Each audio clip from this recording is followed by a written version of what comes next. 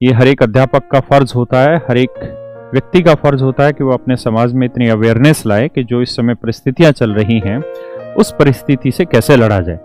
मेरे प्यारे बच्चों, आप सब अच्छे तरीके से न्यूज में इस बात को सुन समझ रहे होंगे कि दिल्ली में इस समय कोरोना की जो सिचुएशन है वो अपने आप में सबसे अधिकतम, सबसे भयानक लेवल पे जा चुकी है। दिल्ली में जितनी इस समय रिपोर्ट बोली जाती है कि आज दिन में 25,000 केस आए, तो समझिए दिल्ली में करीबन 1 लाख केसेस रोज के होंगे, क्योंकि बहुत सारे लोग कोरोना टेस्ट ही नहीं कराते, बहुत सारे लोग करा ही नहीं पाते, बहुत सारे लोगों के पास इतनी क्षमता ही नहीं होती कि वो टेस्ट करा पाए।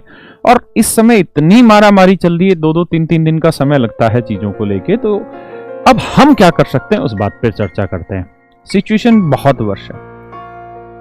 हम ये कर सकते हैं कि इस कोरोना की चेन को ब्रेक कर लें। हम युवा लोग जो पढ़े लिखे हैं, जो समझदार हैं, जिनके ऊपर आज के समय में समाज का बहुत बड़ा झुकाव है, जिस समाज को आगे बढ़ाना है वो यही युवा बढ़ाएंगे। तो आप कर क्या सकते हैं? आप सिर्फ और सिर्फ अपने घर पर रहकर अपनी पढ़ाई में ध्यान लगाते रहें।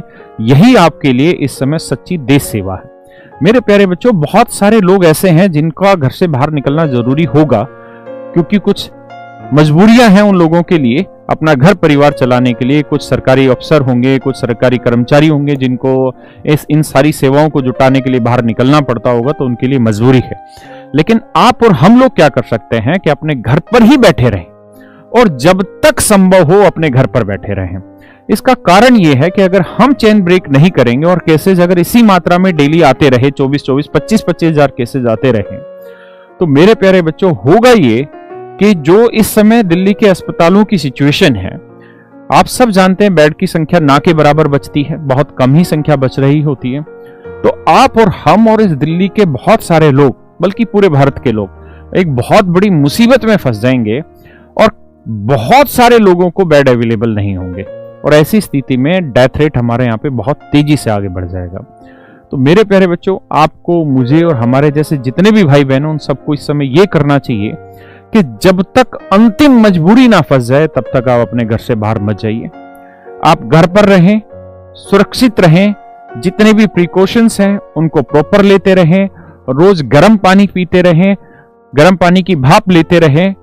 कोशिश करिए इस उम्मीद के साथ और इस सोच के साथ कि आने वाले समय में अगर आपको कोरोना हो जाए तो कोरोना से पहले आपकी बॉडी इतनी एक्टिव हो चुकी हो कि जो उसका एक ट्रांसमिशन पीरियड होता है जो आपकी बॉडी में वो एंटर करता है, और एक 1-1.5 दिन के आसपास बताते हैं वो गले में और कहीं रहता है बॉडी के किसी पार्ट पे, और उस समय अगर हम हीट वगैरह गर्म पानी लेते रहे, भाप लेते रहे, तो शायद वो चला जाता है या उसका इंपैक्ट कुछ कम होता है।